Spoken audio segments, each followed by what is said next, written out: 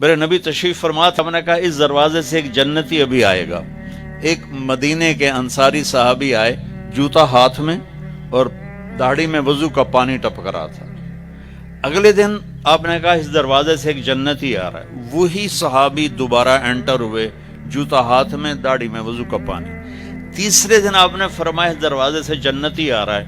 وہی صحابی، سیم آدمی، 3 دن جنت کی بشارت. تو اس محفل میں ایک صحابی ہیں عبداللہ بن عمر رضی اللہ عنہ. یہ 1.25 لاکھ صحابہ میں سب سے زیادہ عبادت والے تھے. ان جیسی عبادت کسی صحابی نے نہیں کی. سارا سال روزہ رکھتے تھے، کوئی افطار نہیں سوائے عید کے، اور ساری رات نفل پڑھتے تھے. شادی والی رات، سہاگ رات، بیگم دلہن تیار بیٹھی، حضرت تشریف لائے اور مصلی پہ کھڑے ہو کے اللہ اکبر. جوں شروع ہوئے تہجد کا وقت داخل ہو گیا. ان کی بیگم بھی اس دور کی، اسا کہتا کوئی دہمدہ نہیں، اس نے بھی وضو کیا اور پیچھے کھڑی ہو کے اللہ اکبر.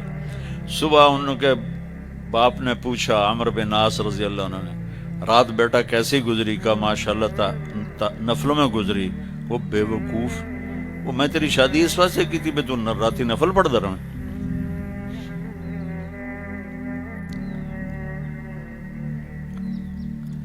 تو یہ صحابی تھے عبداللہ بن عمر، یہ اتنے عبادت گزار تھے. ان کو خیال آیا یہ مجھ سے زیادہ عبادت کرتا ہے جو یہ جنت کی بشارت 3 دن مسلسل، 24 گھنٹے کا سکیل تو میں نے پورا کیا ہوا ہے، تو اس کے بعد 26واں گھنٹہ ہے جو مجھ سے زیادہ عبادت کرتا ہے. تو ان کے پاس چلے گئے، کہا چاچا آپ کے پاس 2-3 دن ٹھہر جاؤں؟ میں نے کہا ہاں ٹھہر جاؤ.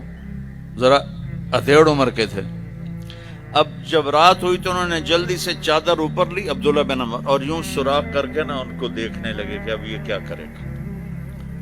ان کا خیال تھا اتنا لمبا رکوع کرے گا کہ رات گزر جائے گی، اتنا لمبا سجدہ کرے گا کہ رات گزر جائے گی. تو ان کو یوں کر کے دیکھنے لگے. وہ آئے اور اللہم بسمک اموت و احیا، یہ سونے کی دعا پڑھی، ہو گئے. اور اذان پر آنکھ کھلی ان کی، وہ سر پکڑ کے بیٹھ گئے. اے کی میں تو کدی رات اکھ نہیں لائی تھی، اس رات اکھ کھل ہی نہیں تے جنتی بشارت کے میں لپ گئی. میں کہا اچھا میں کل بھی ویکھنا ہے. اگلے دن پھر وہی ہوا، وہ ایسے لیٹ گئے اور ان کو ایسے کر کے دیکھنے لگے.